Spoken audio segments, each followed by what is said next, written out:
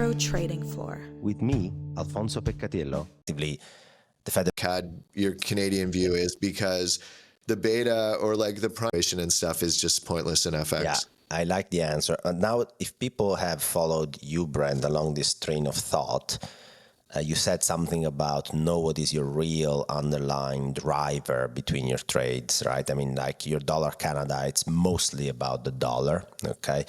And so this is something that always comes to mind to me because often when you run a book, so I know that you trade more single shots at different trades on a shorter time horizon, but if you're running more of a book, like 5 or 7 trades, you will find yourself having these 5 or 7 trades that, you know, sometimes it's good to ask yourself, what is the real driver of this thing? I remember there was once a friend and he said, Alf, I'm running 5 trades. I said, yeah, I mean, tell me, I wanna know so we can check some notes.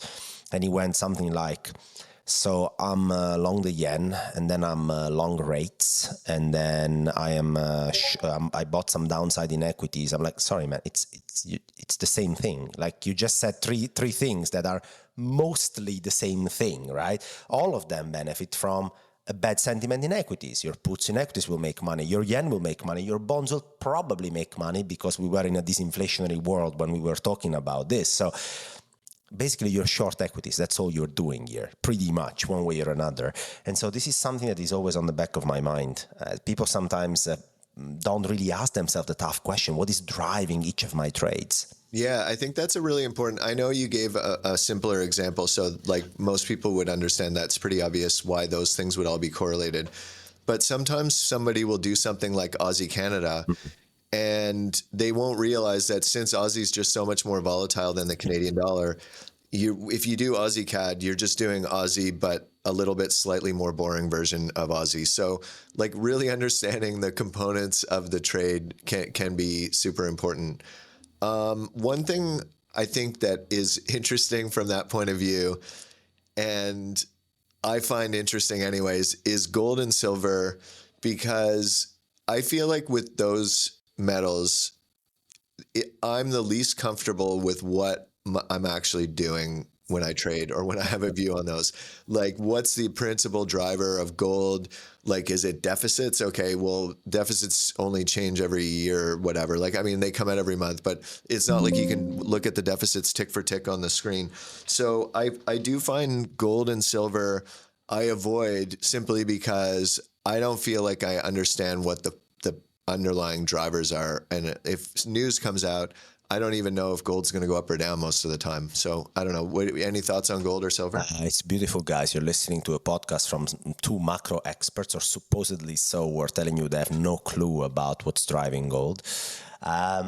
So on the short term, I find this pretty complicated because I used to have a framework around it, some sort of a zero coupon, risk-prone asset. That's what gold used to be, to me at least, before the pandemic. And then since the US has imposed sanctions on Russian FX reserves, frankly, all correlations have broken loose, at least on my monitors, on what drives gold, frankly. It seems to be doing its own thing for like a couple of years by now. And there's only one thing that I like, but it's more of a long-term model. So gold is, I think most people see it as a alternative coexistent form of money.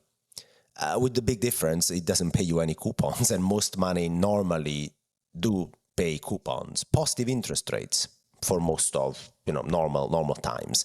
And so when you look at that, there is a simple way to value gold, which will be simply looking at how much the gold market capitalization is, so how much much gold is worth as an asset class, and it's about $16 or $17 trillion today. It's quite big, actually. It's a third of the Chinese real estate market and a little bit less than half of the US stock market, but it doesn't produce any cash flows. That's quite impressive if you think about it. That is amazing.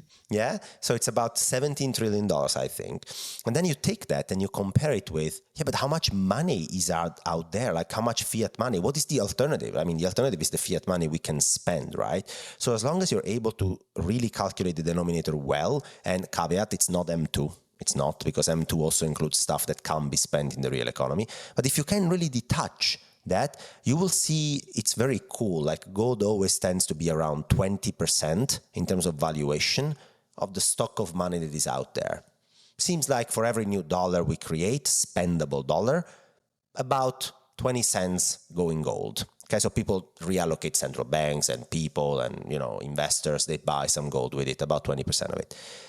And so, when you look at it today, that number is higher than 20%, much higher. So sometimes it tends to coincide with gold fevers or with periods where gold is structurally overpriced, like people are attaching a premium to it, Brent, which could be central banks just stocking like there's no tomorrow, maybe.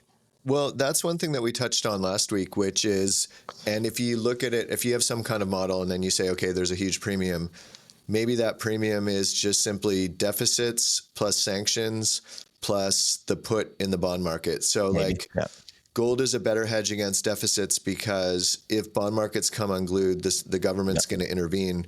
But if gold goes to 3,800, no one in the government's really going to give a rat's ass. So maybe it's that simple, and that's why gold is probably a better hedge for